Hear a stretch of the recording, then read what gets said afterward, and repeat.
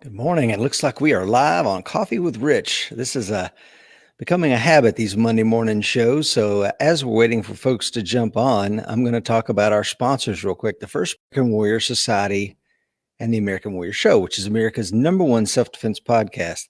And if you're like, who is this guy telling me about sponsors? My name is Rich Brown. I'm the co host, co founder of the American Warrior Society and the American Warrior Show. And today we're going to be joined by Brian McLaughlin, and I'm going to introduce him in just a moment and briefly read his bio. And as you jump on, please like and share. And if you're listening to us in a podcast in the days and weeks to come, that's awesome, man. Glad to have you here. If you're watching us live, I'm equally glad to have you here. And I'd also like you to tell me where you're coming from and what your coin number is. And please hit that share button. We're going to talk about tactical medicine today with Brian McLaughlin of Mountain Man Medical, one of our sponsors for today's show. Also, we have the Century Martial Arts Bob XL, which will take your striking to the next level with, or shooting perhaps. Maybe you can shoot Bob all you want. We have apphemp.com, which is Appalachian Standard, makers of the finest CBD products that money can possibly buy. We also have the Cool Fire Trainer.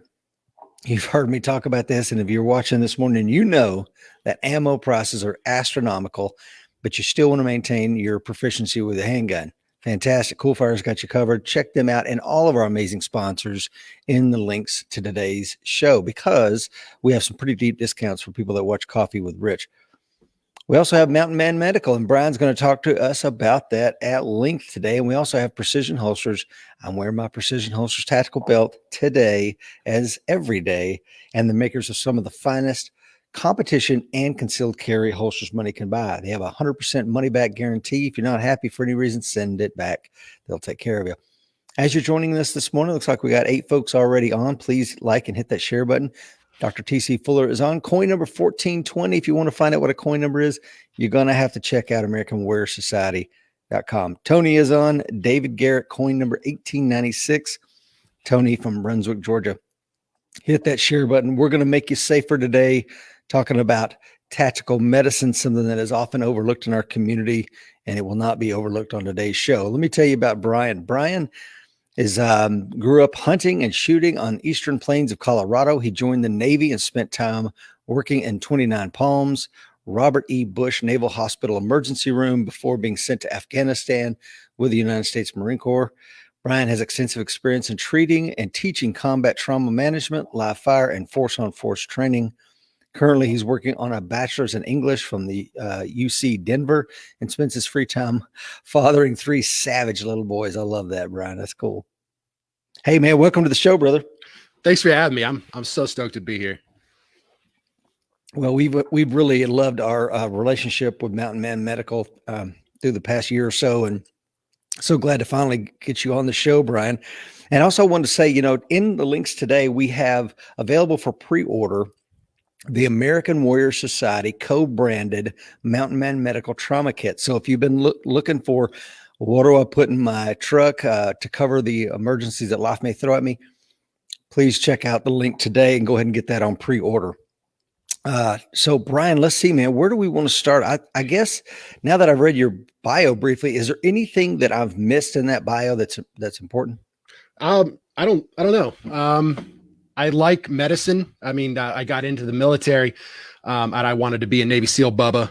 And then they scared me out of that. They said I wasn't going to be able to see my wife anymore. So, and I was just about to get married, of course, after boot camp, like most people do. So I thought maybe that wouldn't be a good choice for me. So I went back and talked to him. I was like, okay, I'm thinking about dropping my SEAL package.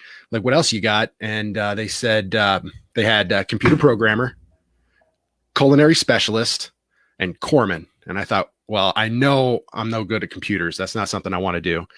I like to cook. Maybe that might be a cool thing. I said, what's corpsman? And they said, well, it's kind of like a medic for the Marine Corps. And I thought, well, maybe I'll still get to blow some shit up, right? So maybe I'll go try that out. I think the Marines are kind of cool, and I'll go check that out. So I went to Corps school, did that whole thing. Got sent to 29 Palms, and I spent the first 2 years that I was in the ER as a tech. And the doctors there took me under their wing. Really, it was really awesome. I had SWAT doctors, Dr. High School. He owns the International School of Tactical Medicine out there in Palm Springs. And he would come out to our our ER, and he would just work night shifts, moonlighting as an ER doctor. And I got to strike up quite a good relationship with him. And he kind of took me under his wing and taught me a lot about tactical medicine, because my whole goal was to get to combat. I joined the military for combat, and I wanted to get there as soon as possible, but I wanted to be as good at my job as I possibly could. So I learned a lot about medicine that way. And then when I got out of the military, I started trying to go back to school, maybe thinking I could get my PA license or become a doctor or a nurse. And I started working on all of those prerequisites. And I realized that the thing that I liked about medicine was not the actual medicine. It was that it was an extension of combat.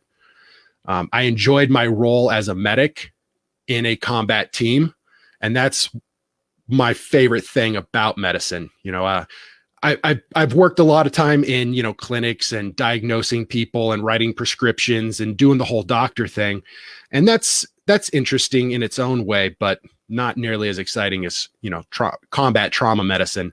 I'm into it for the adventure. And I like it when I can show up to a bad situation and make things a little bit better for everybody involved.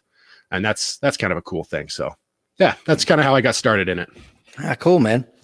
Looks like Tony says 29 stumps. Ted is on coin number 1641. My good friend Will Parker out there in Montana, coin number 800 is on. Guile from the Philippines, he says, good morning, Brian. Good morning, everybody. Hey, please hit that share button. We're going to make people safer as part of your journey to become harder to kill. And let's start off, Brian. You've been in this game for a while now, man. What's the current state of tactical medicine like? The current state of tactical medicine. I see a lot of shifts coming with the way that they're handling all of the different types of riots. A lot of the things are becoming like very politically centered, it seems like. And a lot of the people that I have coming to talk to me about tactical medicine are thinking of more about political stances and that kind of thing. How do you handle medicine in a riot kind of a thing? And those are things that I'm thinking a lot along the same types of lines, because you start to have injuries that you don't see nearly quite so often, like burns, Molotov cocktails and burning cars and all this other type of stuff. So I see a lot of that type of things. A lot of people starting to get more interested in learning basic medical, because they realize that they haven't, and now things are starting to get kind of sketchy. People are getting feeling weird about things, and most people tend to go for guns immediately, as their source of safety. But one of the things I've seen a shift in is people trying to buy more medical gear, which I'm more for people buying medical gear than I am for people buying guns. I love guns. I have plenty of guns. I grew up around guns. I shoot competitively. I hunt. I teach my boys all about guns. I have no problem with guns. But at the same time, I know that people are more likely to use their trauma kit than a firearm. So that's one of the big things that I've seen. Also, this big push into active shooter medicine is something I'm very, very interested in. It's not something I studied when I was in the military, but pretty much your whole job as a medic is, you're in an active shooter situation with possible, multiple casualties that you're going to have to take care of. So a lot of it kind of transfers, but not all of it. Since I've been out of the military, I had a chance to kind of see the differences between military medicine, military combat medicine, and civilian combat medicine. I think they're two very, very different things, because not only are the population that you're dealing with, when I was in the military, I was dealing with Marines in fantastic shape, young, very healthy, with great medical care nearby, or hopefully nearby. And nowadays, if you're going to be a medic, you could be dealing with anything from kids to all the way up to the elderly, on a very regular basis, and being able to handle those different populations is helpful. But when it comes to the active shooter medicine, that's something I've been really interested in for a little while. I had a little consulting business for a little while. I had a cop, another Marine, and a Denver health paramedic that was helping me put together some faith-based training for churches to increase the security of their teams, which was really cool, because I got a chance to see people who were doing really well at it, and then people who had no idea what they were doing. And that was both encouraging and a little worrying, that there's these two different people out there that are trying to protect themselves. And one side, they don't know what they're doing. And on the other side, they have a better idea because they've been training for a long period of time. And they're trying to get better at it. So I love the active shooter medicine aspect of it a lot. I think you're muted. I need to grab my coffee, Brian. I don't know. To wake up here, pal. Just another cup. Yeah. Hey, Gunjitsu podcast is on. My ginger-headed BJJ coach, Cody Hudson, is on. Good morning, sir. Guile is on, says, I agree with Brian. Weapons can be picked up anywhere but medical kits. That's a bit harder to pick up, especially in times of chaos. And I want to touch upon something that you mentioned a second ago, and that is I had on here Dr. Dan Hull, and Dr. Dan Hull has been an ER doctor forever and a SWAT doc. And one of the things that he said is he saw an old Vietnam veteran doctor, and he's like, this is the way we used to do it, inserting a chest tube. And he did what he used to do to these young, fit Marines, and it pretty much killed this old man he did it to. And I think that's an interesting point you bring up with active shooter medicine. You never know who you're going to be doing combat casualty care on. It may be an elderly person who's been caught up in a riot, or has been, he could have just fallen. I mean, you just never, ever know. So that adds definitely another dimension to it.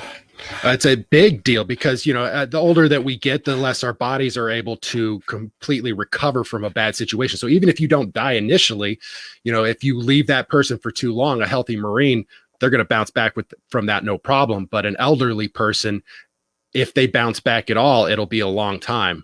And you have to kind of take that into consideration. One of the other things that I've seen a lot for active shooter situations is the types of trauma kits that I tend to see are very tourniquet heavy, which is normally a really good thing, especially for military medics. But there's a big difference between military and civilian. And especially when it comes to active shooters, you tend to see active shooters who are walking around slowly with a rifle, taking carefully aimed shots. They're not in a big hurry.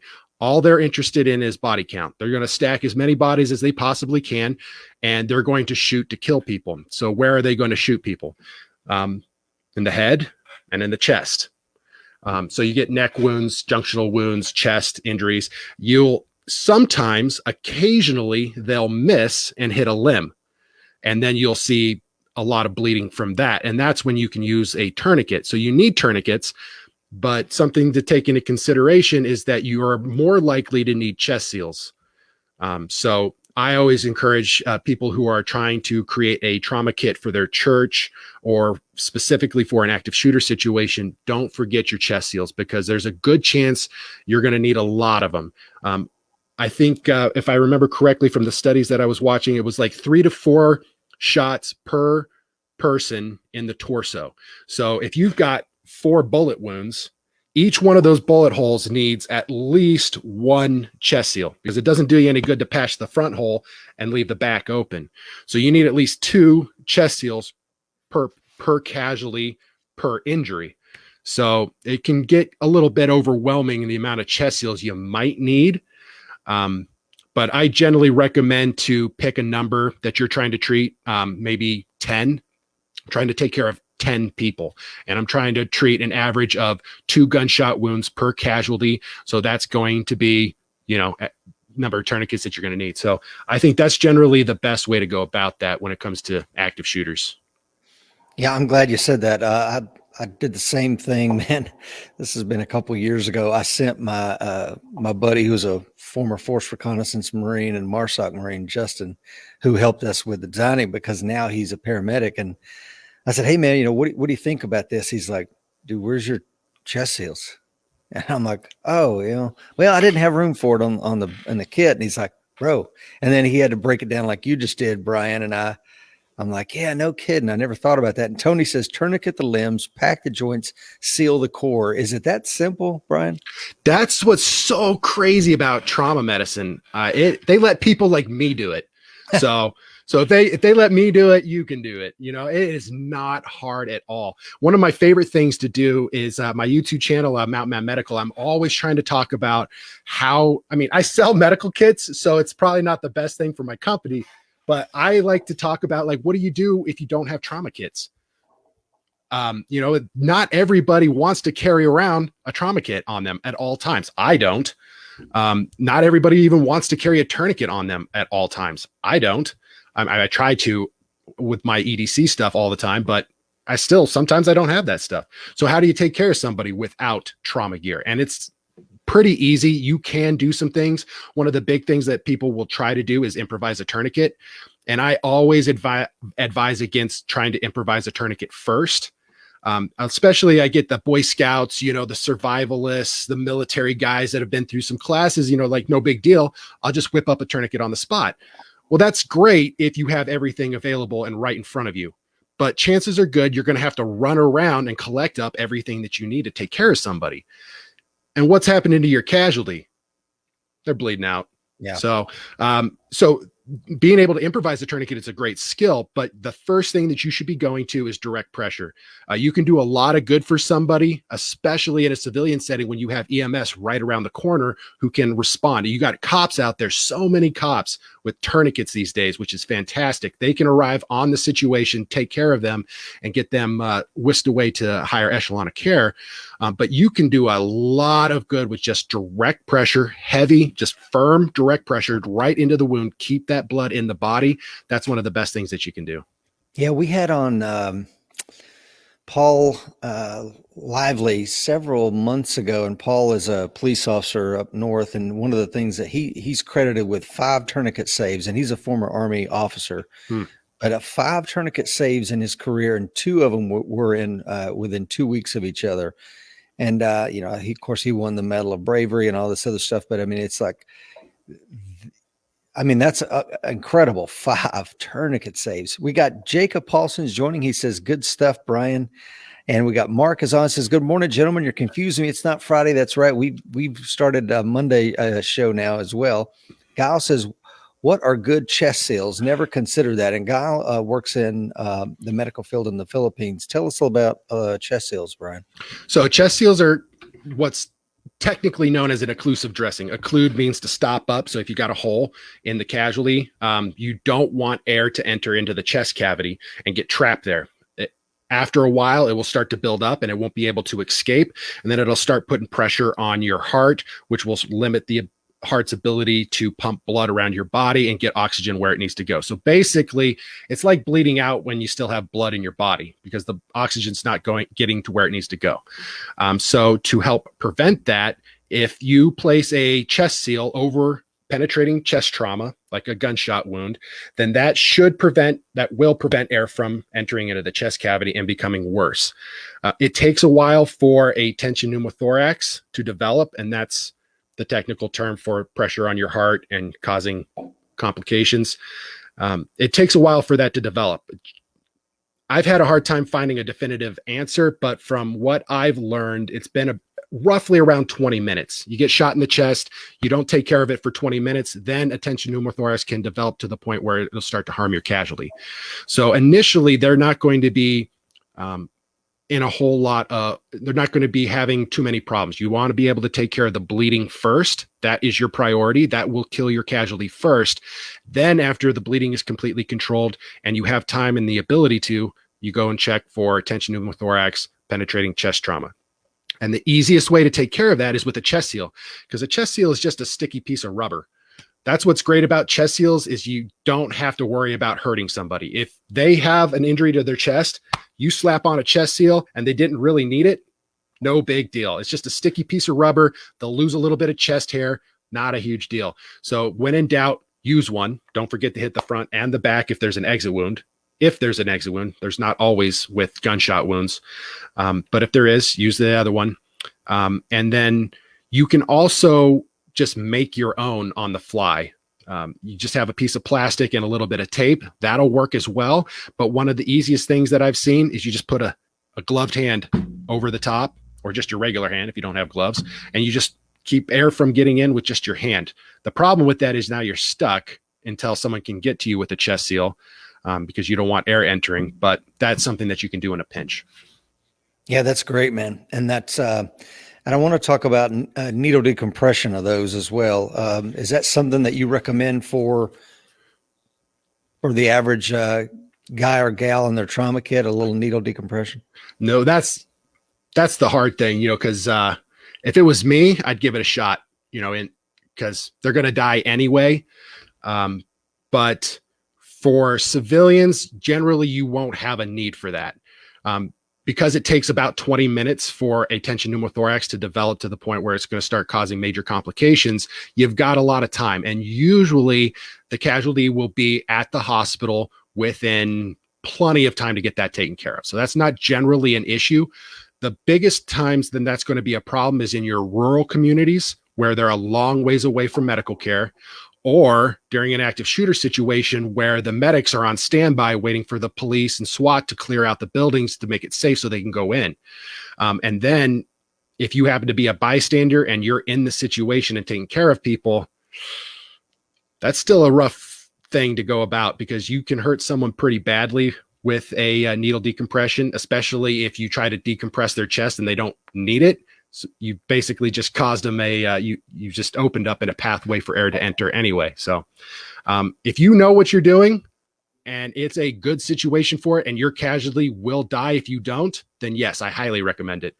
But those are pretty stringent circumstances and you're unlikely to be in that situation. So yes, if you need it, but you probably won't. Yeah, I had a friend who needled someone in combat, and he said that he put that in and said the guy was just looked like he was dead. And as soon as that air escaped, it was just like he came right back to life. He said it was the creepiest thing ever to see the effects of that. It's because their heart can beat again. When that air gets trapped in there, it just builds pressure until your heart just can't expand and contract like it needs to. And they suffocate because blood isn't running around their body. And as soon as you relieve that pressure, the heart's able to beat, blood pumps around, their head, their brain gets oxygenated, and they come back around. If you've ever seen the movie Three Kings, yes. There's a great example of that in that movie. I did a YouTube video on it because it's not a perfect example. They get a couple of things wrong, but it's a decent example of what's going on inside the human body. And you can see Mark Wahlberg's character, like they hit him with that with the needle decompression, and you can hear a whoosh, and he can start breathing again. Yeah, I don't know if you can see the comment I've got up there. It's from Mark. And I'm going to screw this medical terminology up. Pneumothorax versus hemothorax. Yeah, pneumothorax. Pneumo means air. Hemo means blood. So if blood is filling up the chest cavity, it can cause another problem like that as well. But that is much more difficult for a emergency medic to take care of. You have to get that person transported as quickly as possible, because if they've got internal bleeding and they're bleeding into their chest cavity, controlling that bleeding from the outside is going to be pretty difficult for you. So you want to make sure that you're getting them transported as quick as possible. The first thing I always recommend any civilian do, activate EMS. Get somebody on station. They have to get to a surgeon as fast as possible. You do what you can to keep the blood in their body, but EMS is priority. Yeah, and I don't know if you can see Tony's comment. He says defibrillator pads work great as an improvised chest seal. What do you think? Chest seal. That sounds reasonable to me. I love that kind of thing. One of the great things about being a medic is being able to think outside the box. Something that's a big deal in the corpsman community is telling stories of corpsmen who had such a bad situation, but thought outside the box, thought creatively, and came up with a solution for saving somebody's life in the middle of a firefight. That's one of the coolest things about being a medic, in my opinion. And I love that. That's a great thing. I'm going to steal it. I hope he doesn't mind. I'm sure he won't. Tony's a former Marine. Hey, Brian has mentioned several times his YouTube channel. Please check him out there. Follow him. Subscribe to that channel. It's incredible information. I've watched it many times. You also have content over at Mountain Man Medical as well, right, Brian? Yep. Yeah, I've got a blog, Facebook. I'm not on Facebook so much. I'm not a big social media kind of guy. But if you reach out to me, I try to reach out to everybody who tries to contact me. So if you need to, you can just reach out to the Mountain Man Medical or just leave a comment on YouTube video, and I'll get back to you probably, almost definitely. Yeah, and like I mentioned at the beginning of the show, thank you to the 20 folks that have joined us. Please hit that share button, share this content with somebody. You might just save a life. As I mentioned, we have a co-branded trauma kit coming out with American Wear Society and Mountain Man Medical teaming up. You can get them now on pre-order. They're not exactly ready to go, but we're putting it all together. It's almost ready. Go ahead and you can purchase that on back order. Matt asked a great question. He says, I heard vented chest seals are the best. That way it will expel any trapped air, but not allow it in. I would say I would prefer to have vented chest seals, but it's not a huge deal for us as civilians. In the military, you're more likely to be sitting on a casualty for 6 hours or something like that. And you want to let as much air escape as possible so that their breathing, will come back and everything will be okay. But as civilians, because it takes a while for a tension pneumothorax to develop, and because they're probably going to be at the hospital so quickly, it's not as big a deal for us civilians. But if I had the choice, someone says, hey, do you want vented or non-vented? I'll pick the vented. Yeah. Daphne says, I took your free course. It was excellent. So thank you, Daphne, for saying. I'm sure Brian appreciates that. Yeah. Thanks, Daphne. John is on from Yukon, Oklahoma, coin number 1919. And let's see. I want to go to the next question I had here. What do people get wrong about tactical medicine? If you see or hear one thing over and over again, what would that be, Brian? I think the first thing that pops out at me, because I've got a couple of things, but the first thing that pops out at me is avoid using a tourniquet unless you absolutely have to. And that is another thing that's very, very different, especially when it comes to the military. The military, you can be on somebody for 6 hours. But in the civilian world, you're going to get to the hospital a lot quicker. And the studies that I've read talking about what the perfect numbers are, they say if you get them to the hospital within 2 hours of that application of the tourniquet, there will be no tissue damage. And they'll have no problems. And there's plenty of cases where military members have had tourniquets applied for up to 6 hours and had full recovery of the limb. So the general rule of thumb, what the experts are saying is that you should apply, if you're seeing a lot of blood and it's scaring you and it worries you that that person might die from losing so much blood, apply a tourniquet immediately. Don't wait. You're not going to get that limb amputated. You have at least 2 hours before it starts to become an issue. So apply the tourniquet. Even if you're wrong and they didn't need it, it's okay. It's all right. You're not going to hurt anybody. Just make sure you're getting them to the hospital so a doctor can evaluate them. And then you don't have to worry about it. So first and foremost, go to your tourniquet if you're worried. If it's not a big deal, it's not a big deal. The other thing that I tend to see when it comes to the tactical medicine is people will see very bad injuries and they'll start trying to take care of those, especially in something like an active shooter situation. I like to consider myself a pretty decent medic, but I am first and foremost a warrior. And there is a job that needs to be done. And sometimes taking out that threat is the job that needs to be done. As a medic, I don't want to be sitting there trying to take care of somebody and trying to save one life while he's out there making work for me, right? He's going around making me a lot more work, and I'm here trying to take care of this person while more casualties are piling up. So as a medic, as an armed individual, I need to attack that threat, end the threat, then start working on the casualties who are nearby. And that's, the best battlefield medicine is fire superiority. That's one of my favorite phrases because it means as a medic, you're a warrior first and a medic second.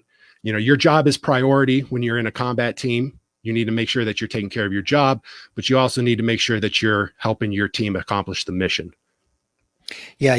Dr. Dan Hull, when he was on here, like I said before, ER doctor, SWAT doc, he said, tactical medicine starts with good tactics. And if you employ good tactics, it's going to be, like you said, Brian, less work for you later because you're not, pieing around the corner with your elbow sticking out to get it shot and making work for people like you and Dr. Hull. Yeah. But also, I want to talk about something you said a moment ago. I attended some really realistic active shooter training one time at a community college here in Tennessee, and they employed these actors who were students in the school. And they had used some blank fire. So the hallways was filled with that the smell of gunfire, and the kids had the drama team had really used a lot of fake blood and stuff, and to step over children who were my kid age was really something hard to do. As a parent and someone that has love in their heart, it's hard to step over these kids as they're crying and reaching out for you to help them, and go and attack that active shooter. But it's something that you really need to think out. And I'm glad that you brought that up, Brian, because the first thing in that fight is to stop that threat, right? Absolutely. You don't want them creating more work for you. I mean, you just fix this one person, you use up all your trauma gear on this one person, and now you've got 5 other people, and he's just walking around making more casualties. And you have to eliminate that threat. If you're an armed citizen and you have the ability, it is my opinion that you end that armed, you end the threat first, come back, and then start working on the casualties. Yeah, and Earl asked the question, makes a statement, I guess. Tourniquet is a great stopgap measure for any moderate to severe bleeding till thorough assessment can be completed. Yeah, and I think that's what you just said. Mark says, are we done with writing the time down on their forehead, or is it a good idea to keep track of when the tourniquet was applied? Yeah, that tends to be, if I remember it, I'll write it down. As a civilian, that's not quite as big a deal. That's more for the military, because you might be sitting on this guy for a really long time, and then you're also going to be handing this casualty off to lots of different people over a long period of time. So you want to make sure that everybody knows what's going on with the casualty in a military setting, but in a civilian setting, that's a little less important. But if you have the presence of mind, you have the time to do it, go ahead and do it, but don't freak out if you don't remember. Yeah, I've heard the story, and I don't know if it's true or not, but there was a pilot injured in Operation Anaconda in Afghanistan. They put a tourniquet on. They couldn't get him out because of the situation he was in. Couldn't get the helos in to get him out. And I want to say he had a tourniquet applied for about 24 hours and still no significant long-term nerve damage, and he was able to return to flight status. Now, I don't know if that story is true, but if it is, it certainly puts to bed any fears of, I put a tourniquet on, it took me 30, 40 minutes to get to the hospital from this rural part of Montana. You're going to be just fine. Right. Think?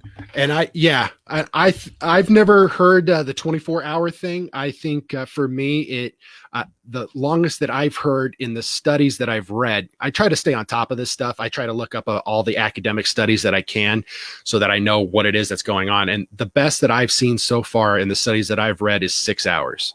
Mm-hmm. That past that, you start to get tissue death, and you can recover from it. It's just much more difficult because the tissue has been without oxygen for so long that you start to have the tissue death, and then you can't really fix that quite as readily.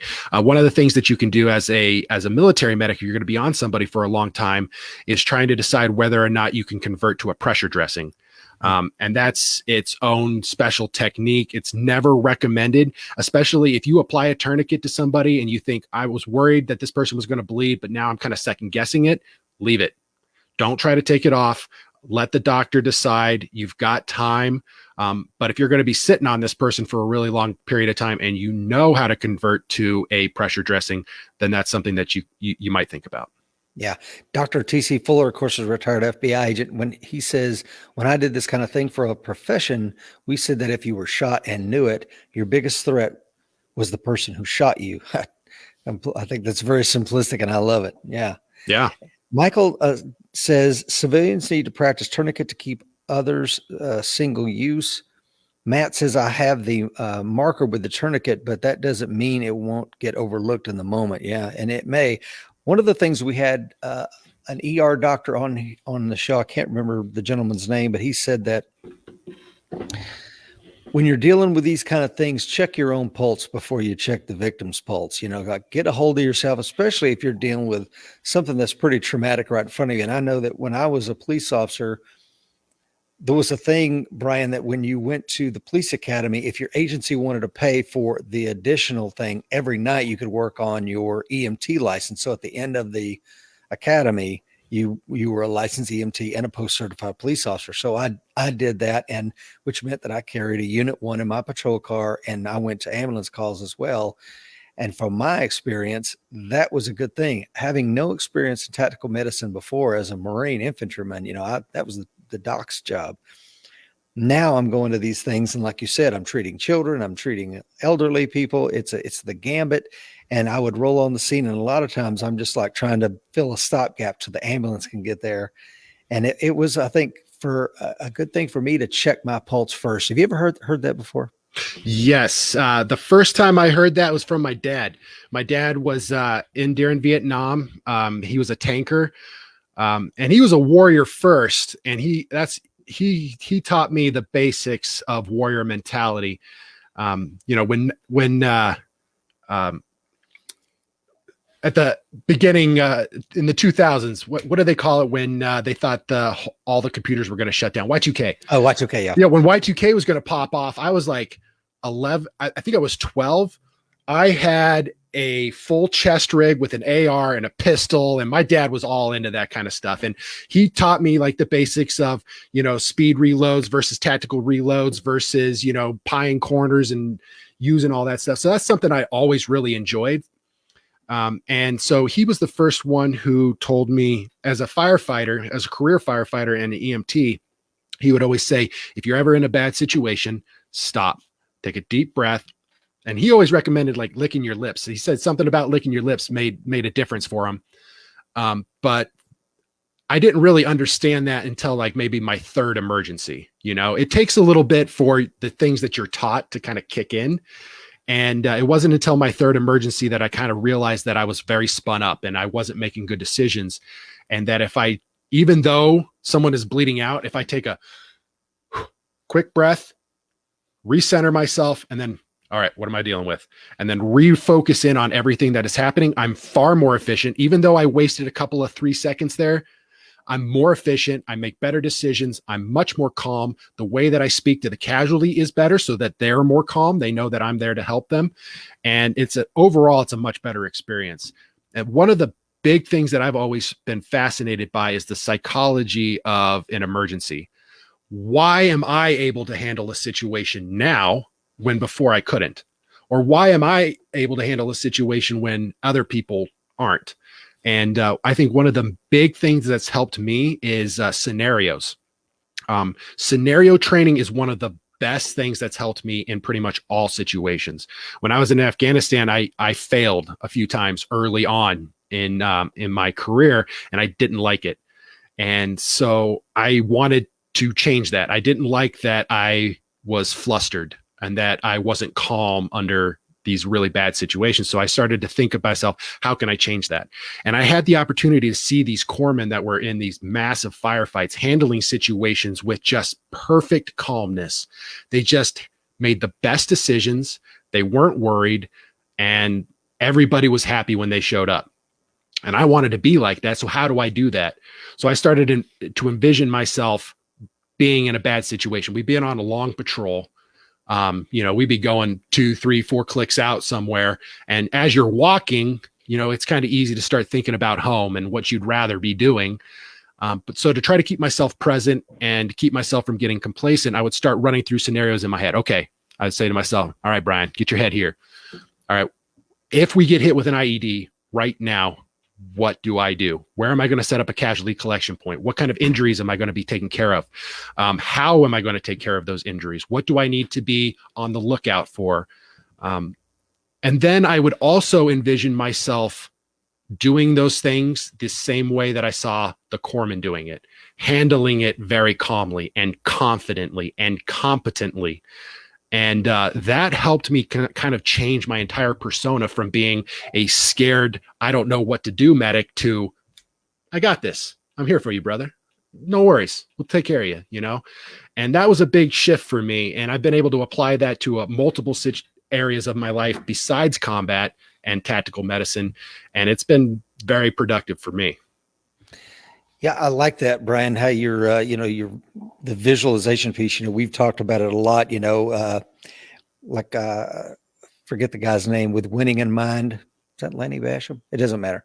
But he talks a lot about the visualization piece. And I read another interesting book that it describes exactly what you're talking about as well. I think it was called Bigger, Stronger, Faster, Better. I apologize if I butchered the name of the book, but there's a really good story in it where you can read the cockpit transcript from the black box of the plane that crashed and killed everybody.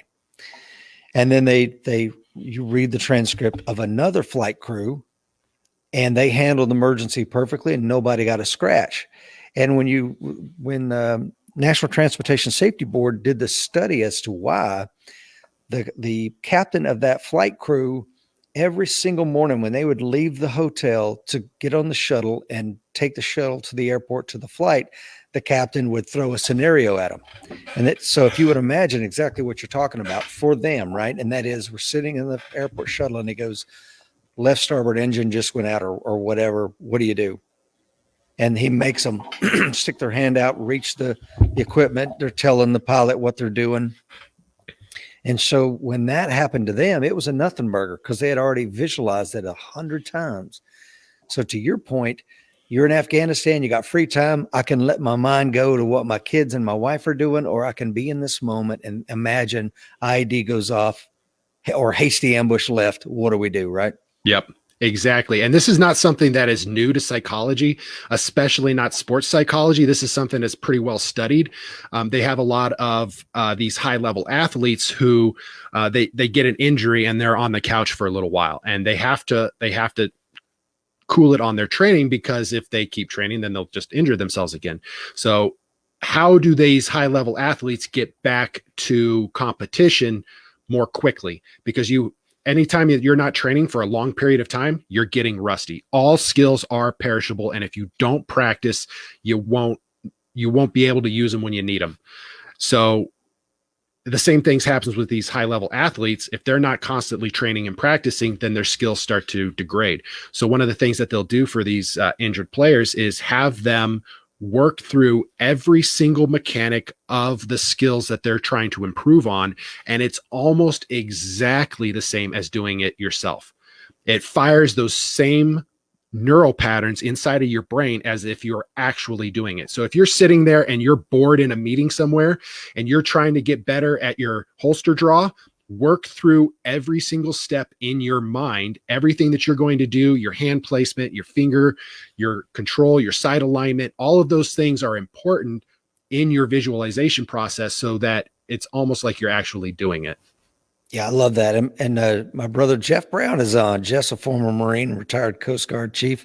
He says, love that thought process. Good for everyday application. It is great for everyday application. Matter of fact, there's a story, it might be in the book, The Power of Thought, where there's a Vietnam veteran. Yeah, he was shot down. He was in the Hanoi Hilton, and he loved to golf. And every single day, Brian, I don't know if you've heard this story. He's sitting in his cell. He's sitting in his cell, and he's like, I'm going to play Augusta today. And he imagines what the wind was. He reaches down, feels the grass, takes some grass and, to see where the wind's going. And he imagines every single green. And then the next day he's like, I'm going to play the Legends at Paris Island today.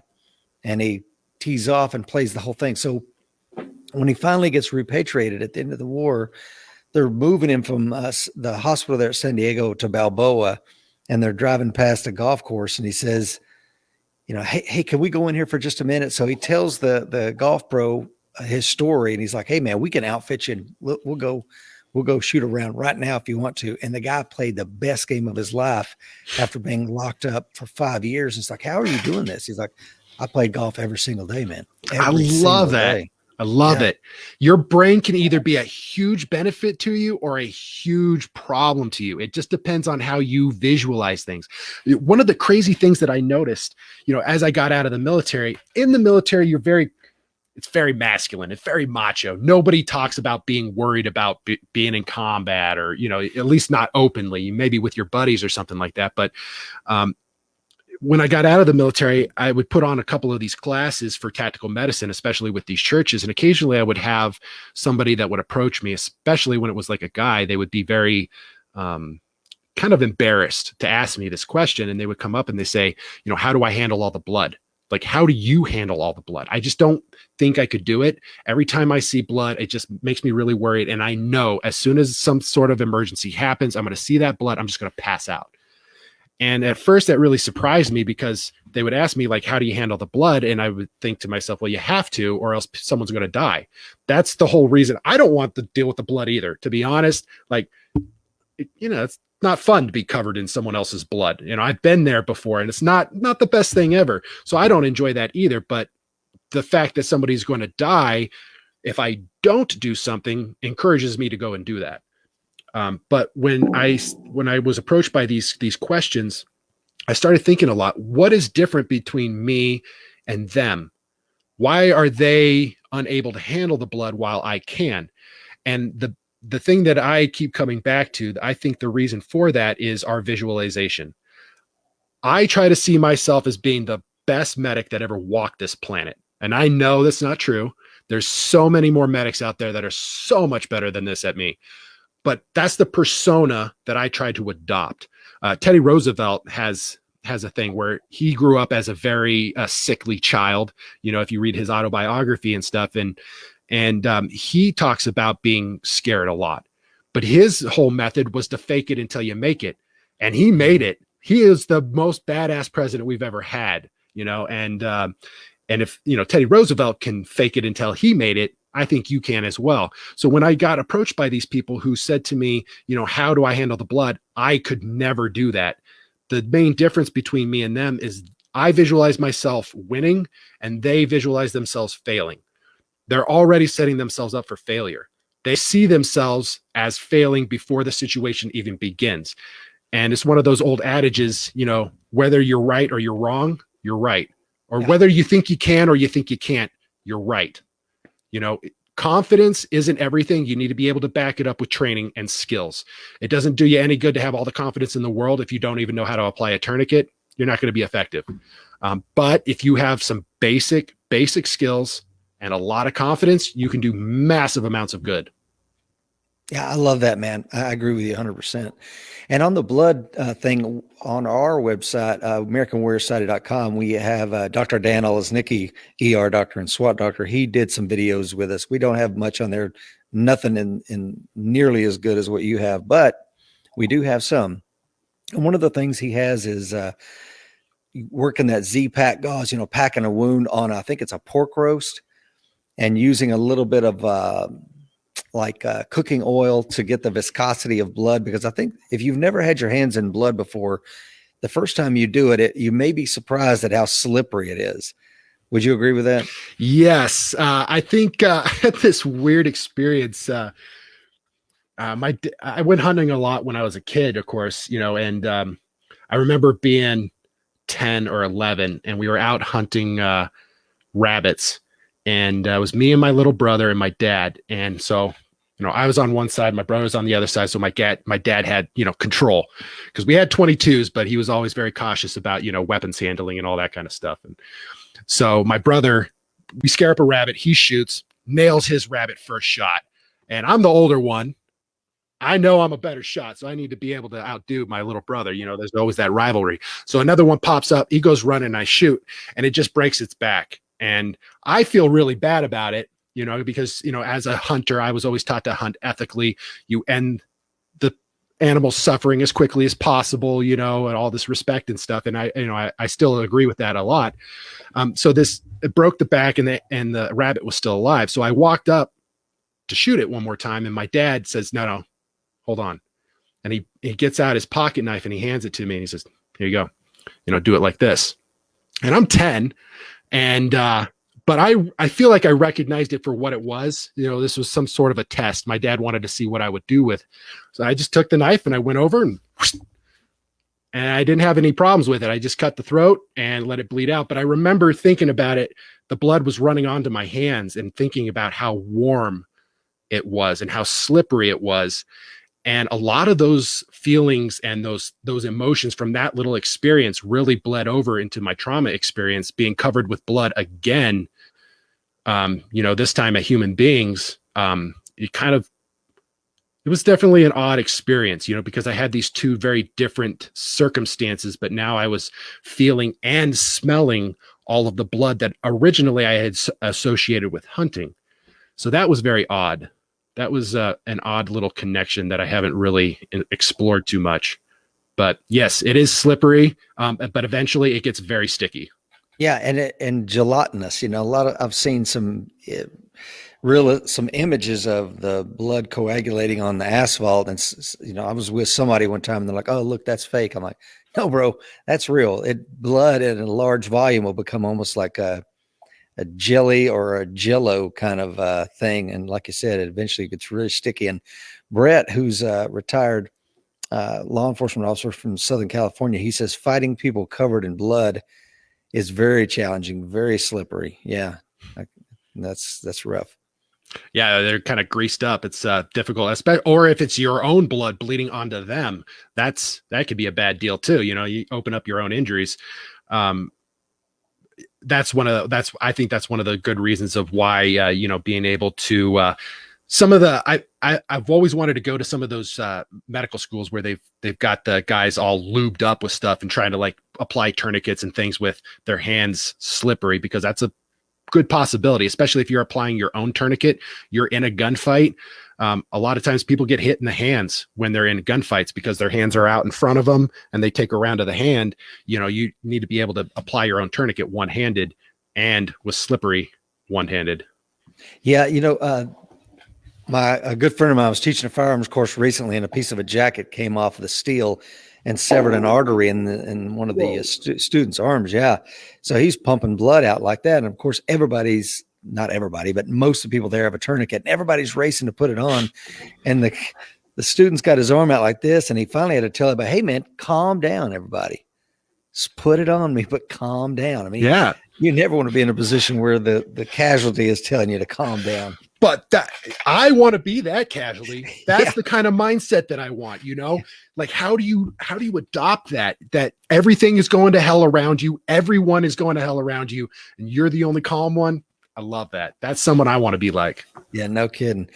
I would be remiss if I didn't ask the question, Brian. I know it isn't on the list that I sent you, but what, if any, tourniquets do you recommend, and what tourniquets should folks stay away from if you're able to talk to us about that? Yeah, no problem. I got plenty of opinions on tourniquets. People love tourniquets. So the big ones, I honestly, I don't have problems with most tourniquets. If it works, use it. I'm being a medic and being one of those people I'm not so sold on a particular type of gear. Like, I'm not a fanboy of cat tourniquets or soft T wides. They all have their own benefits and challenges that might work better for you as opposed to something else. Like, maybe a soft T is a better option for you, and maybe a cat tourniquet is a better option for me, or whatever the case is. So I have no problems with the cats or the soft T wides. My favorite tourniquet, however, is my SWAT tourniquet. As a civilian, this has quickly become my favorite tourniquet. This fits into your pocket so easy. It's just a stretchy rubber band, so you can't really mess it up. You need to learn how to apply it. It's definitely more difficult than the cat or the soft T, especially for self-application. This might not be the best option for you, but you can take care of junctional wounds. You can turn this into a chest seal. You can use it as a sling. If you've got a fractured arm, you can use it to help tie splinting material into place. You can probably use this as a slingshot in a survival situation. I haven't tried it yet, but I'm planning on it soon, just to see what else I can do with it. Since it's just a stretchy rubber band, you're only limited by your own creativity. Somebody said compression, you pack the wound and put it around it as almost like a pressure dressing kind of thing. Exactly. Yeah. You use it just like, so one of the main problems that I have with cat tourniquets and soft TYs is they only work on your arms and legs. But what about the rest of you? And if you're only carrying a tourniquet, that's great that you have a tourniquet on you if you get injured in the arm or the leg, but there's a good chance you're going to get hit somewhere else. So being able to take care of more than one this is like carrying an entire trauma kit in your pocket. So if I could only have one thing to carry with me from now on, I'll run this. A lot of people don't like it because it's not officially approved by the TCCC committee. They approve the cat and the soft T wides, but this isn't generally approved. Although there are plenty of top tier units that are running these because they can't run full kit. All they can run is a very small amount because they're going, they're trying to blend in with the local population. We actually get a lot of orders from those types of people that have more covert operations, and they buy and stock these all the time. So just because it's not officially approved doesn't mean the military's not using it, and doesn't mean it won't work for you. It's like a whole trauma kit in your pocket. So I love it. Yes, super lightweight. And Brett Parker says, love that SWAT. It's the only tourniquet you can sit on all day, cut it in half to use on 2 different limbs for children or what have you. Yes. Well, so I mean, you can still use a cat tourniquet on kids and stuff. I've heard that they've changed their opinion on that recently, but it's not quite as effective. You got a tiny little limb, and the cat tourniquet's not quite as effective. But the SWAT T will work for sure, not only on your kids, but if you got a dog, you go out hunting and stuff like that. This is the tourniquet that they're using for dogs, canine units. So it works on you, works on your kids, works on your dog, and you can treat pretty much every emergency trauma wound with this. So, yeah, I definitely run a couple of those in my truck, but I don't know that I have some in the house. So I'm glad you're telling me that, Brian. I'm going to jump on Mountain Man Medical today, use my discount code, and pick up a couple of SWAT T's. SWATs. Hey, what do you think about the rats, man? I hear there's probably no more polarizing tourniquet on the market today than the rat. I hate it. I hate it. I hate it. I know a lot of people that run them, and all the reasons that they run the rats are the same reasons that I like to run the SWAT. The only difference is the SWAT does everything that the rats does. It just does it way better. The other thing, you can't use this to do a sling. You might be able to use it to do splints, but you definitely can't use it to do chest seals. The other main problem that I have with the rats, and I have rats around here, I just don't stock them. I just leave them around. Can you explain what that is for people that aren't familiar? Yeah, I don't know where mine is at the moment, but basically it's just a thin rubber stretchy band, like a bungee. Yeah, like a bungee. You just wrap it around a couple of times, and that gets the occlusion. And it does work. I don't want to tell people that it won't work. It will work. It just won't work as good as the SWAT T. It does everything that the SWAT T does. It just doesn't do it as good. So you can use this for more things. But the other thing is that this is a nice wide band. This is a 3 or 4 inch. I think it's a 4-inch band. And the reason why that's good, because the larger the surface area that the tourniquet is applying pressure to, the more occlusion that you're going to get of the artery. So it will control bleeding better and more quickly, but also you'll have a reduction of tourniquet pain. And tourniquet pain is not something you're going to get away from. I often hear people will apply a tourniquet, and then the casualty will say, please just loosen it up a little bit. It hurts. It really hurts. And I've had people who have no legs telling me that the tourniquet hurts too much and asking if I will take it off. And the answer is no, don't, because they will bleed to death. Don't loosen it either, because they'll just bleed out more slowly.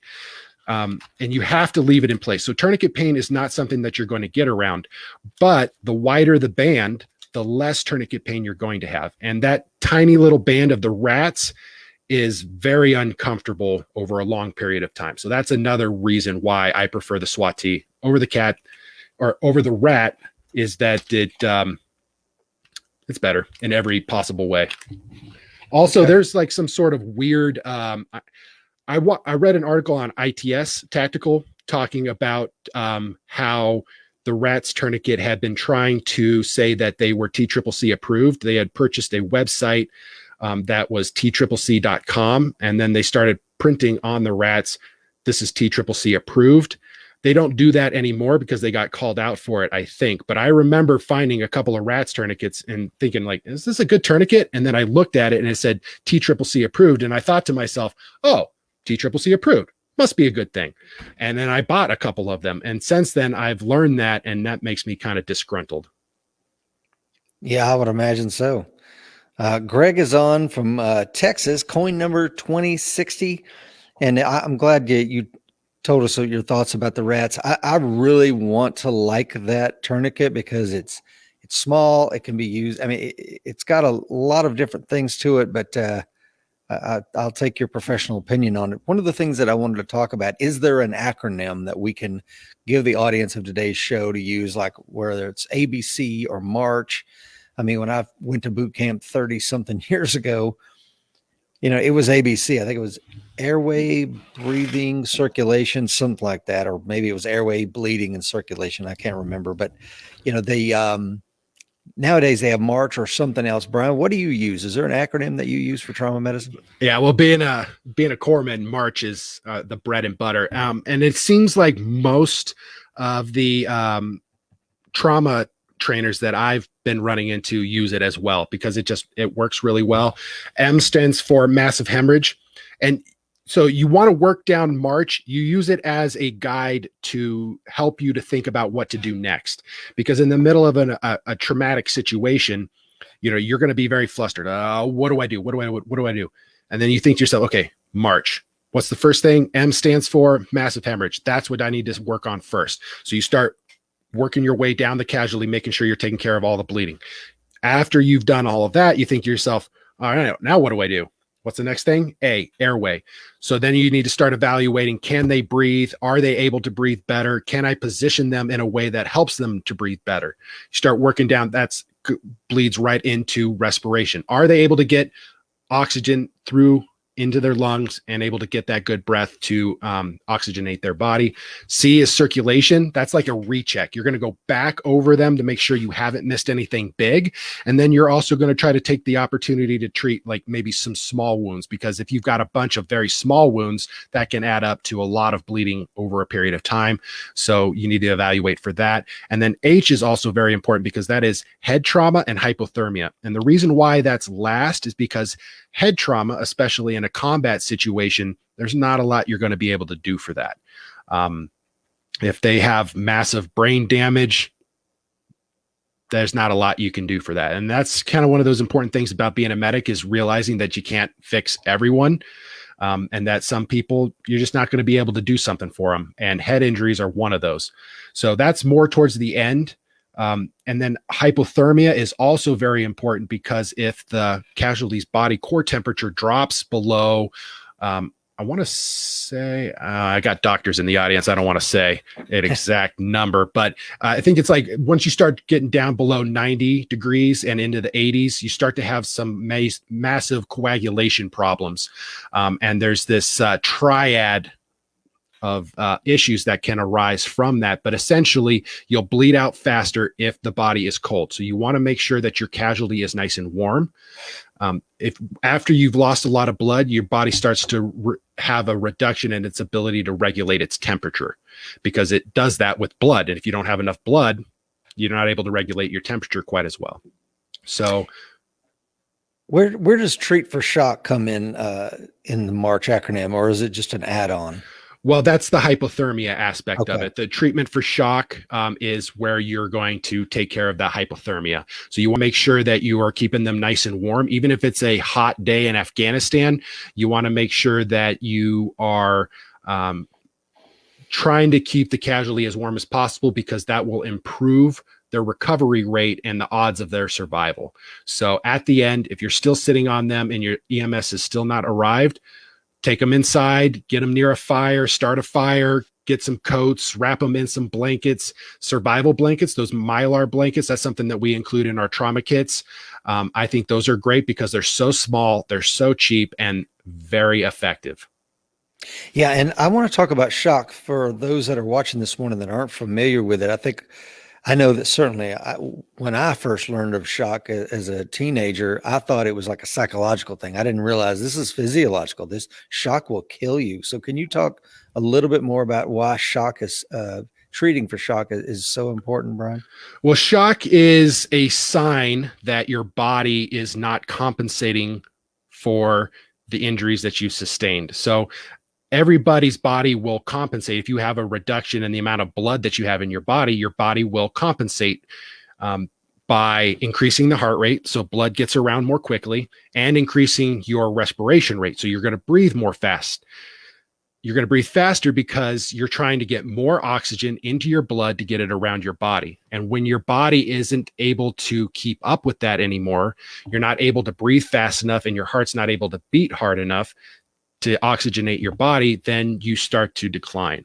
And so it's more of an example of the danger that your casualty is in, and being able to recognize those signs and symptoms, the increased heart rate, cool, clammy skin, pale skin. If you look at somebody, they look deathly pale, there's a good chance that they don't have a whole lot of blood in the surface of their skin. It's been diverted back to the core to try to protect all of those important tissues. So a pale face might indicate that they are in a very bad situation and that you need to get them to help as quickly as possible. And making sure that you're controlling all the bleeding is the most important part. And then if you still have time, EMS is still not on scene, trying to keep that casualty warm until they can get there.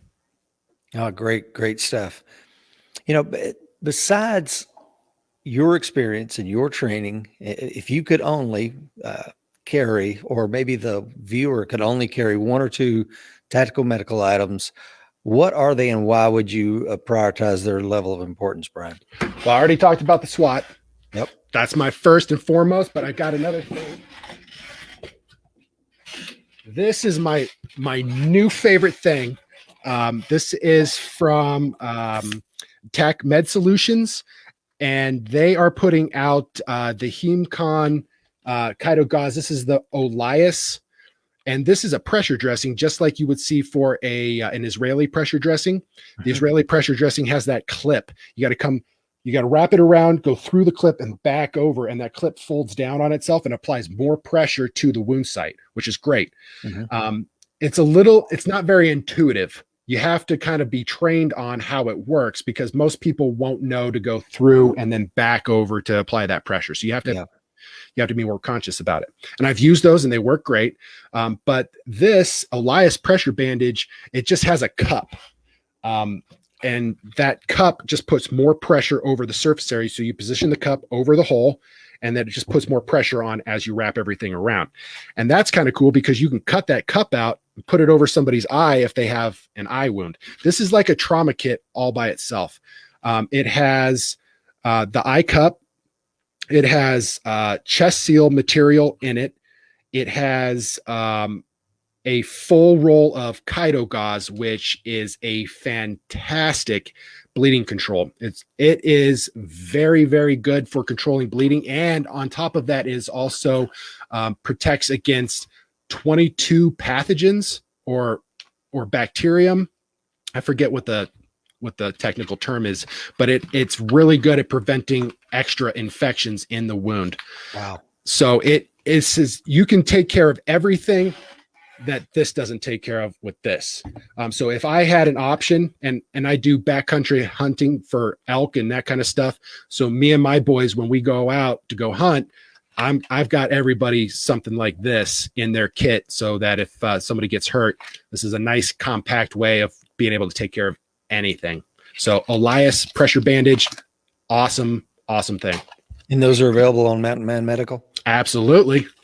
Well, and I'll tell you, obviously Mountain Man Medical is a sponsor of the American Warrior Show. Full disclosure, I have a link for you there. Click on the link to the show, use the promo code and get yourself a discount and pick up some of these products that Brian's talking about. Just might save your life for someone you love.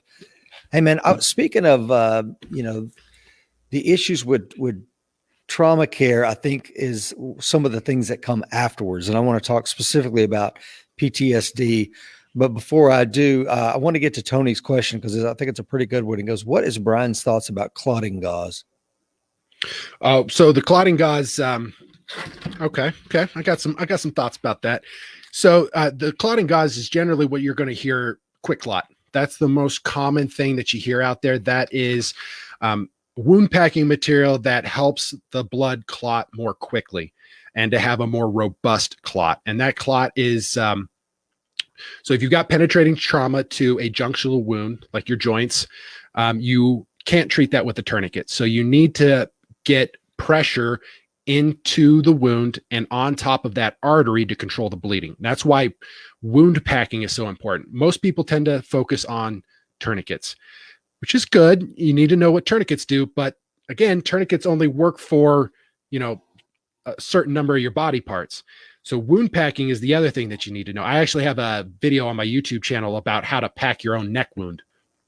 If you ever get shot or something like that, you need, because I ran across a video on Facebook of this cop that gets stabbed in the neck, and he takes the quick clot and goes to pack his own wound. And that kind of got me thinking about how you might be able to do that more efficiently in a bad situation. So you need to have some skills to be able to pack wounds. And commonly, quick clot is carried because it's impregnated with a hemostatic agent, just like Chito gauze. Chito gauze and quick clot are very similar in that same category. Helps the blood to clot more quickly. And you need to be able to pack it into the wound so that you get pressure onto the artery and stop that bleeding. That's the only way that you can really do it. And then you need a pressure dressing to wrap around to keep that gauze in place and to keep that pressure, on top of that wound. So wound packing is very important. Now, when it comes to the Chito gauze, there are a lot of studies that suggest that you can still achieve a huge benefit with untreated gauze. So say you don't have a trauma kit on you and you have a junctional wound that you're trying to take care of, but you don't have any quick clot. What can you do? You just cut a strip off of the casualty's t-shirt and use that to pack the wound, and you'll still get a huge benefit out of it. Even though it won't have that clotting agent in it, which helps, you'll still do a great amount of good for them. Yeah, and I want to talk. Mark says he had the same question Tony had, but he also wanted to know about Celox. And so there are multiple hemostatic agents on the market. Obviously, it's not possible for you to know all of them, Brian, but two of the bigger ones that people may be familiar with is Celox or Quick Clot. Do you have any thoughts about one versus another one? I think Chito gauze is my go-to. I really like all the benefits that it has. I've used Quick Clot before in combat, and I've seen it work, so I know that you'll get a good benefit from it. When it comes to Celox, I have read studies talking about that it works, but I've never used it or seen it used myself. But I've heard that it's a decent thing to use, but I don't know too much beyond the studies that I've read about it and not having seen it in person. So, okay, on the Celox, we had this has been several years ago. We had a tactical medicine guy on the show, and he recommended Celox for like elderly folks. And, matter of fact, specifically, he said, we have a lot of men over 50 that have AFib and they're on blood thinners, and Celox works really well for that for reason XYZ. I can't remember, but he had my attention because I have AFib. And at the time I was on blood thinners. So I'm like, okay, I'm going to get Celox. And I did stock up. But one of the questions that Matt says, he says, is the, and I'm going to mispronounce this, the Olus compact enough for ankle IFAC carry? They make a flat fold, which I don't know where my flat fold is. This is the larger one. I would say maybe, because we have an ankle kit. I don't know if I've ever tried to get it in there. I'm gonna have to try that out. I don't know. It's a little bit on the big side. This is a 4-inch. They also make a 6-inch, I believe. I don't think they make anything smaller than the 4-inch. So it might not be a good option for you in your ankle kit. In my ankle kit, I'm running Quick Clot or Chito gauze and at least one of these. This fits. I feel like a SWAT T fanboy, but I'm quickly becoming that because it fits so good into every pocket, including your ankle IFAC kit. And I have an ankle IFAC that I wear, and I've got at least one of these in there with some Chito or Quick Clot. Awesome. So to get back to the PTSD situation, because it would pain me to think of a war fighter who survives everything, survives the trauma, survives it all, just to take his own life somewhere down the road because he didn't take care of his mental health. Do you have any thoughts on that, Brian? Oh man, so absolutely.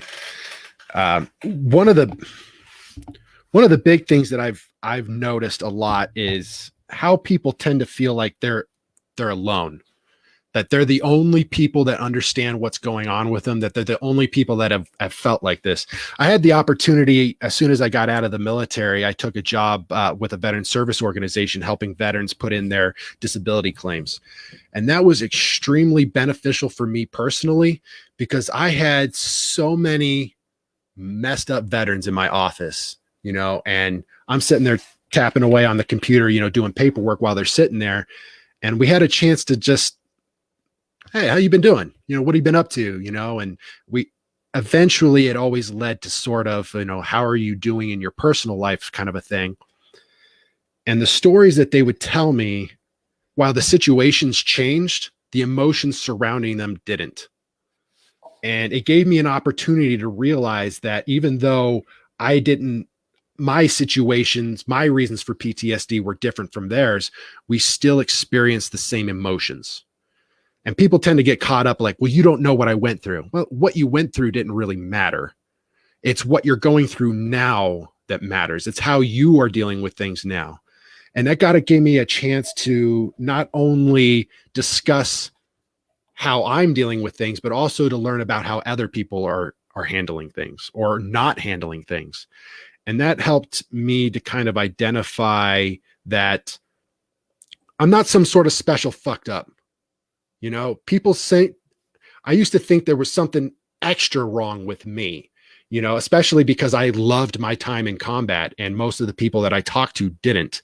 And I felt a little bit like a psychopath, like a freak, like what's wrong with me that I'm enjoying this so much. And, but having the opportunity to talk with other people who also enjoyed their time there, but also have PTSD helped me to feel less of a weirdo. So that's one of the big things I could say. If somebody's out there is suffering from PTSD, everybody's going through the same thing. Warriors have been around for a long time. The problem is that our society right now doesn't really understand how to deal with this in the best way possible. There's a lot of other cultures out there that are very heavily warrior centered. The Navajo, especially, are some of the ones that I am personally kind of infatuated with. They have a huge warrior tradition that they believe all of their young men should go to combat at some point. And they also have a very beautiful way of reintegrating their warriors back into their society, which I just adore. I would love to see that more with our warriors, because just because you have PTSD doesn't mean that you're not a warrior. It doesn't mean that you're weak or that there's something wrong with you or that you're not a valuable member of the team. It is just a normal thing that all warriors must deal with. And having a community around you that will support and guide you and not judge you is essential. If my family had been against me, when I had come back from Afghanistan, I don't know where I would be right now. My wife has been an insane support to me. I have, going through all of this stuff, and she's just stuck with me through all of it. If it was not for her love, I wouldn't have had a reason to change. I would have stayed miserable for the rest of my life. I was very angry, very aggressive. I was very reclusive, isolating myself, removing myself from all of my communities and my friends, and just in this constant threat mode. There was threats everywhere, and I needed to be locked on and intense and ready for it wherever it came from. And that's a bad way to live. It is not a healthy way to live, to be constantly on the edge and waiting for that hammer to drop. And so since I've been able to kind of let some of that go, I've felt so much of that rage drop away from me, and I'm far less aggressive. When I meet new people, I'm more pleasant, which is nice. I used to go to church and my wife would say, "Why are you staring at everybody like you're going to kill them?" I'm like, "What are you talking about?" Every time someone would enter in through the doors, I would be positioned way in the back so I can see all of the exits. I was always strapped up and ready to go at a moment's notice. And every time somebody would enter into the sanctuary, I would pivot and look, and occasionally people would look at me like, this guy's concerning. And I never picked up on that. I didn't realize how much it was affecting me in pretty much all of my relationships.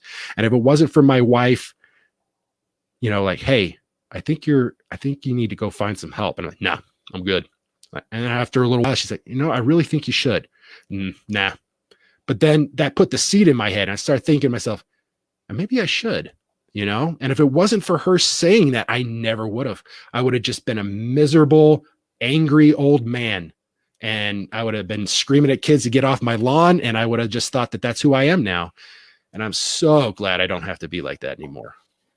Yeah, I love everything you just said, Brian. And I think that if you see a friend that's starting to isolate, or you feel like you're starting to isolate, that is I think a red flag. Don't do that. If anything, force yourself in there. A couple other things I hear guys thinking like, I think I'm going crazy, man.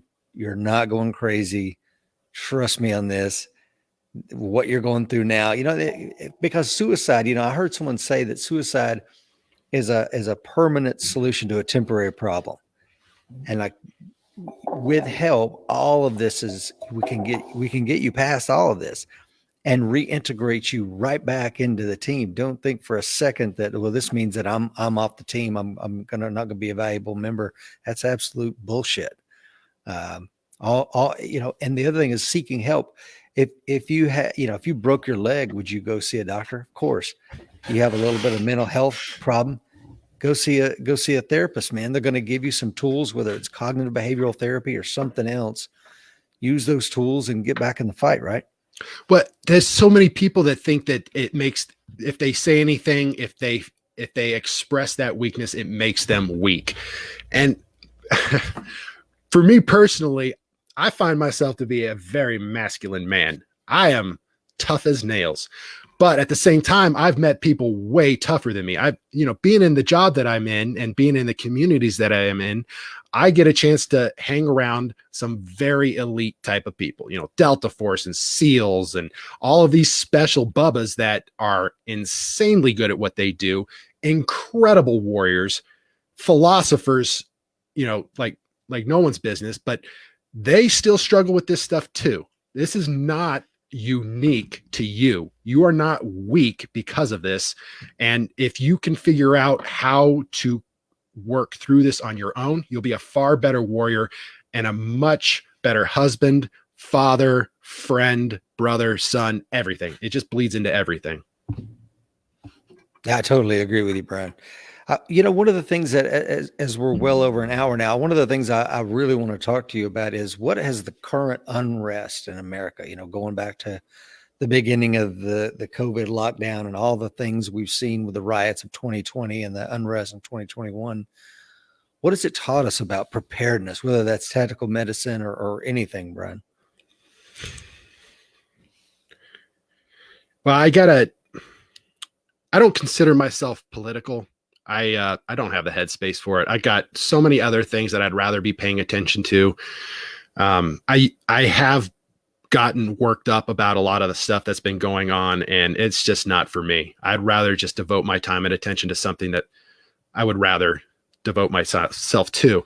But in that same regard, being in the medical field, I get a chance to train people. And one of the things that I've gotten to do is train a political organization who is very conservative. And I come from a highly conservative background myself, of course, so that's not a very unusual situation for me. But as I was teaching this class to a lot of civilians, I don't know if there were any military members there, but I was teaching this class to a bunch of civilians. And as I was walking around showing these demonstrations on how to do these things, I would hear the things that the students were saying to each other, like, if this was so-and-so, I just let them bleed out. Or if this was, if I would use this on my team, but if it was somebody from the other side, I'm not going to use these skills to help them. And that really ate at me, that really, really bothered me because they just said it with so much malice. And I understand the need for violence. Some people just need to be shot in the face, and there's no getting around that. But at the same time, all of this political stuff, these are still Americans. And I know what it's like to risk my life for something that I didn't understand, or, I know what it's like to risk my life for someone else's pocketbook, and to be lied to. And I know that a lot of these kids that are out there throwing rocks and bottles and all this other stuff, they're being lied to just like I was, and eventually they're going to look back on this time and regret the things that they did, just like I did. And they're still Americans. And when I walked around, I had a chance at the end of the class, they said, I wanted to end this class with warning you about what it is that you're doing, the types of things that you're thinking about. It's not so easy to get through. Once you see someone die in front of you, especially a friend, you're going to start rethinking what it is that you're doing. This is not fun. This is not an adventure. This is the worst thing that can be happening to our country ever. This is a terrible situation, and it's just being made worse because people are being lied to because of ulterior motives. I think if more people could get together and to work through it and understand either side, that would come together and be like, hey, we're not that different. We're still people. We still pretty much believe in the exact same things. It's just the way we're going about it it's not being done well. So I wanted to impress on them that the things that you're asking for here are very serious, and you have to be careful with that kind of malice, because that's what's going to keep you up at night for the rest of your life, wishing that you had done something differently. And that's an experience that I don't recommend for anyone. And it's way better to just love everybody. That's the great thing about being a medic, is you can just pass around that love as much as possible. I don't care who you are or where you're from. If you're in trouble, I will be there to help you if I at all possibly can. And that's the way I prefer to go about life. I wish more people would also do that. Just be careful what you wish for when it comes to all this unrest stuff. Try to love more people, and that'll solve more problems than all the hate. Sounds good, brother. Brett Parker has a question. He says, when should you use Celox? I heard a fire captain say if you're under 1 hour to a hospital, don't use it. Over 1 hour, must use. His concern was ER doctor had to wash out Celox in most short response situations. Any thoughts about that? I don't. Like I said, I don't have a whole lot of experience with Celox. I haven't looked into it too heavily. We carry the Chitogauze and Quick Clot, so those are more of my my focus at this point. But I have read studies saying that it works well. I just haven't heard anything about it working better than Quick Clot or Chitogauze. Yeah, and Jacob says Celox powder is different than an impregnated gauze that way. Quick Clot and Cytogauze are not powders. Yeah. Matt has a great point. He says, if you absolutely need it, you better get it while it's available, like food, gas, ammo, guns, etc. And that's a great point, man. Right now, you can go on Mountain Man Medical and stock up on everything you need, because the time to prepare is right now. Because when the situation happens, the time to prepare is over. Right. Yeah. Better to have it and not need it than to need it and not have it, especially with medical gear. There's a lot of things that you can make do with, but trauma gear is not one of those that you want to. When the situation's bad, you want to have the stuff available to take care of it quick. Otherwise, it gets frustrating fast. Yeah. We talked briefly about it, and I know I love your response to the question, but I would ask you, where is all this lawlessness going? And then specifically in that same vein, what can the reasonable, responsible, armed, prepared American do, Brian? I would say, where is the lawlessness going? Well, I hope that it's going back towards lawfulness, because that's a nice thing to have.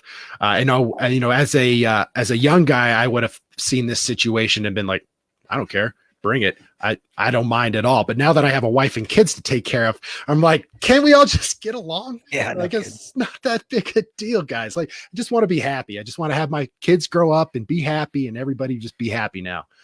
So having kids has definitely changed my entire perspective on a lot of that stuff, which is kind of weird. And I would like it to go back to the lawfulness. I think the main problem is that We have very smart people that are pitting us against each other for very particular reasons. I think that is the main problem. Both sides have valid arguments and also their issues, and they are deliberately trying to keep us from coming together, because if we do, they know that we have more power than they do, and we will upset things dramatically. So that's what I see as being the massive problem. If we can, both sides realize that we are being manipulated for the benefit of someone else's power and checkbook, then I think we'll have a better time about it. So what does a reasonable, responsible, armed individual do? Mm-hmm.